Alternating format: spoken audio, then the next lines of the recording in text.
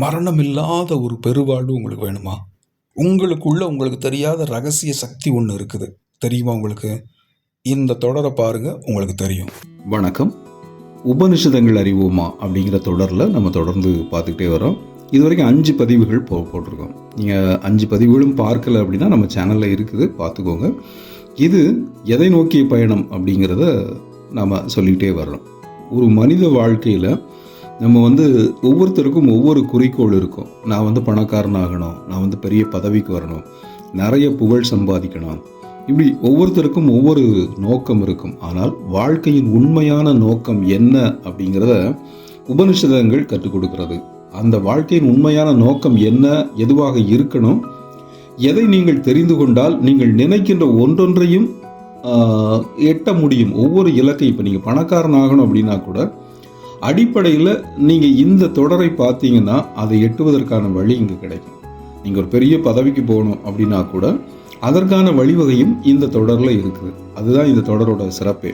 அதனால் நீங்கள் வாழ்க்கையில் எந்த துறையில் எந்த இடத்துல எப்படி ஜெயிக்கணும்னு நினைக்கிறீங்களோ அதற்கான பாதையை இந்த தொடர் உங்களுக்கு திறந்து காட்டும். அதனால தான் இந்த தொடரை ஆரம்பிக்கும் போது இது உங்கள் வாழ்க்கையை மாற்றும் அப்படின்னு போட்டிருந்தேன்.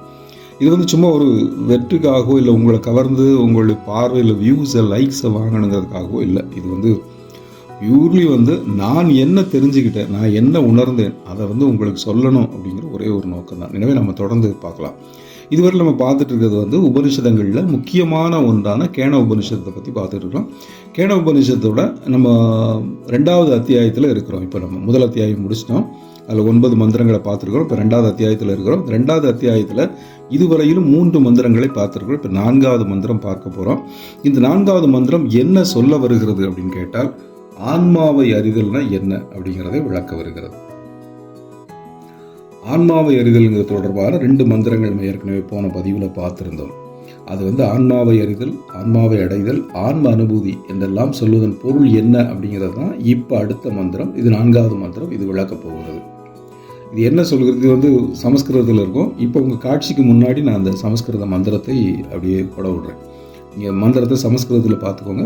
இப்போ உங்கள் கண்ணு முன்னாடி போயிட்டு இருக்கிற சமஸ்கிருத மந்திரம் தான். நான் உங்களுக்கு தமிழில் அதோட விளக்கத்தை சொல்லிக்கிட்டே வரேன். அதாவது இந்த மந்திரம் என்ன சொல்லுது அப்படின்னா, உணர்வின் ஒவ்வொரு நிலையிலும் ஆன்மாவை அறிபவனே உண்மையில் அறிகிறான் என்பது கருத்து. அப்படி அறிந்தவன் நிச்சயமாக மரணமில்லா பெருநிலையை அடைகிறான். ஆன்மாவிலிருந்து ஆற்றல் கிடைக்கிறது. ஞானத்தால் மரணமில்லா பெருநிலை அடையப்படுகிறது. இதுதான் இந்த மந்திரத்துடைய பொருள். இது நம்ம கொஞ்சம் விரிவாக பார்க்கலாம். அதாவது நம்ம மனுஷன் அப்படின்னா நமக்கு என்ன இருக்குன்னா, நம்மளுடைய உடம்பு இருக்கும், மனம் இருக்கும், ஆன்மா இருக்கும். இதால் அமைந்தது தான் ஒரு மனித உயிர் அப்படிங்கிறது. இதுதான் எல்லா உயிர்களுக்கும் இது பொருந்தும். இதில் ஆன்மா மட்டும்தான் உணர்வு பொருள் அப்படின்னு இந்த உபனிஷதம் சொல்லுகிறது. மற்ற எல்லாமே உணர்வற்றவை அப்படிங்கிறது. உண்மையான உணர்வுங்கிறது ஆன்மாவுக்கு தான் உரியது. இது ஒரு உதாரணத்தையும் சொல்லுது. எப்படின்னா, இப்போ நீங்கள் இரும்பு இருக்கும், இரும்பு உருக்கும் போது பார்த்துருப்பீங்க.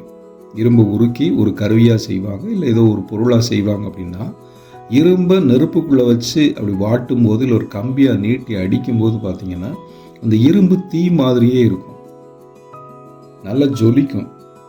ஆனால் தீயோட தொடர்பால் இரும்பு தெரியும். ஆனால் உண்மையில் அது தீ இல்லை, தீ வேற இல்லையா? அது மாதிரி தான் ஆன்மாங்கிற உணர்வு பொருளின் தொடர்பால் உடம்பும் மனமும் உணர்வு பெறுகின்றன அப்படிங்கிறதா இந்த மந்திரத்தினுடைய பொருள். ஆன்மா தான் உண்மையான தீ.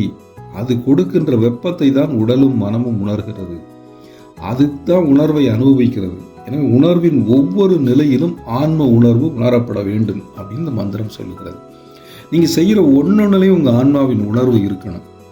இந்த பாடலில் இல்லை இளையராஜா போட்டிருக்க பாட்டில் ஆன்மா இருக்குது அப்படிம்பாங்க. அப்படின்னா என்ன? அதில் முழு உணர்வும் அதுக்குள்ளே இருக்குதுன்னு அர்த்தம். அந்த ஆன்மத்தை உணர்ந்திருக்கிறாங்க அப்படின்னு அர்த்தம். எனவே அது மாதிரி உடம்பின் ஒவ்வொரு செயல்பாட்டிலும் மனதின் ஒவ்வொரு செயல்பாட்டிலும் ஆன்ம உணர்வு வெளிப்படணும் அப்படிங்கிறது தான் இதனுடைய நோக்கம். ஏன் நம்ம ஆன்ம உணர்வை உணரணும் அப்படின்னா, ஆன்மாதான் உண்மையான ஆற்றலை தருகின்ற ஒரு சக்தி.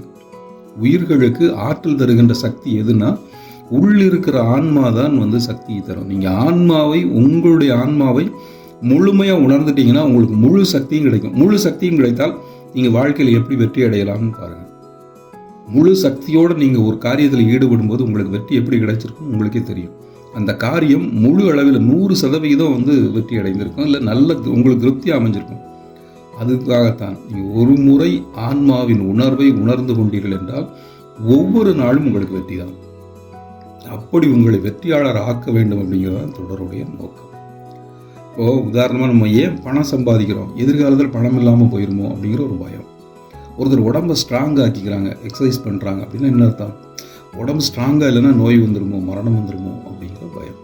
ஒரு பயத்தின் அடிப்படையிலேயே நம்ம வாழ்வை கட்டமைத்து கொண்டு போகிறோம் அப்படின்னு ஒரு உபநிஷதம் சொல்லுகிறது. ஆனால் பயமில்லாத வாழ்க்கைன்னு ஒன்று அடையணும்னா அதற்கு நீங்கள் உண்மையான சக்தியை உங்களுக்குள்ளேயே இருக்குது அந்த சக்தி, அதை நீங்கள் உணரணும் அப்படின்னு சொல்லுகிறது.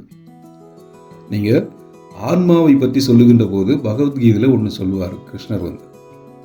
அவனை ஆயுதங்கள் வெட்டாது, தீ எரிக்காது, தண்ணீர் நனைக்காது, காற்று உலர்த்தாது, எங்கும் நிறைந்தவன், என்றென்றும் இருப்பவன், நிலையானவன் அப்படின்னு சொல்லுவார். நான் தான் ஆன்மா அப்படின்பார் பரமாத்மா.